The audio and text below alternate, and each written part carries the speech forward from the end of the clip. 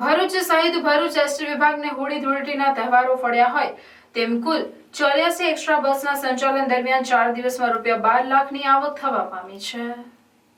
હોળી ધૂળેટીનું પર્વ ભરૂચ એસટી વિભાગને ફળ્યું છે। આ વર્ષે 20 માર્ચથી 23 માર્ચ દરમિયાન ભરૂચ, અંકલેશ્વર ડેપો સહિત ભરૂચ એસટી વિભાગ દ્વારા હોળી ધૂળેટીમાં પંચમહાલ જિલ્લામાં દાહોદ, ગોધરા, જાલોદ, લુણાવાડા સહિતના વિસ્તારમાં સ્પેશિયલ ટ્રીપો દોડાવવામાં આવી હતી, જેમાં ભરૂચ ડેપોમાંથી 40 બસો થકી 5.50 લાખ તો અંકલેશ્વર ડેપોમાંથી 28 બસો થકી 4.50 લાખ અને સમગ્ર ભરૂચ એસટી વિભાગ દ્વારા કુલ 84 બસોના સંચાલન થકી 12 લાખની આવક 5500 મુસાફરોના વહન સાથે કરવામાં આવી હોવાનું ડેપો મેનેજર વિશાલ છત્રીવાલાએ જણાવ્યું હતું।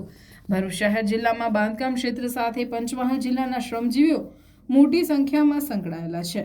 તેઓ માટે હોળી ધૂળેટી પર્વ વતનમાં મનાવવાનો રિવાજ છે। આથી તેઓ આ પર્વ પર વતન જતા હોવાથી તેમના અતિભારે ધસારાને જોઈને એસટી વિભાગ દ્વારા છેલ્લા કેટલાક વર્ષોથી દર વર્ષે એક્સ્ટ્રા બસો દોડાવવામાં આવે છે, જેમાં એસટી વિભાગને પણ આવક થાય છે તો શ્રમજીવીઓ પણ ખાનગી બસના ભારે ભાડાથી બચી શકે છે।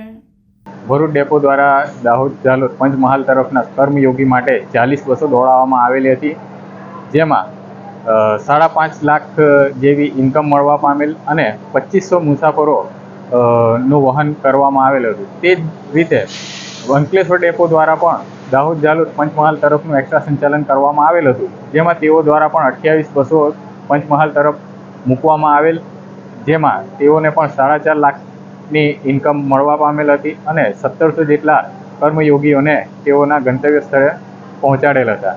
તેમજ ટ્રાઇબલ એરિયામાં અન્ય કર્મયોગીઓને સેલંબા, નેત્રંગ તે તરફના કર્મયોગીને પણ પહોંચાડવા માટે એક્સ્ટ્રા બસોનું આયોજન હાથ ધરેલ હતું, જે જોતા ભરૂચ વિભાગ તરફથી આ સમગ્ર સંચાલન દરમિયાન 84 બસોનું સંચાલન કરવામાં આવેલ હતું અને 12 લાખ જેવી આવક મળવા પામેલ હતી, જેને અને 5500 કર્મયોગીઓને તેઓના ગંતવ્ય સ્થળે પહોંચાડવામાં આવેલ હતા।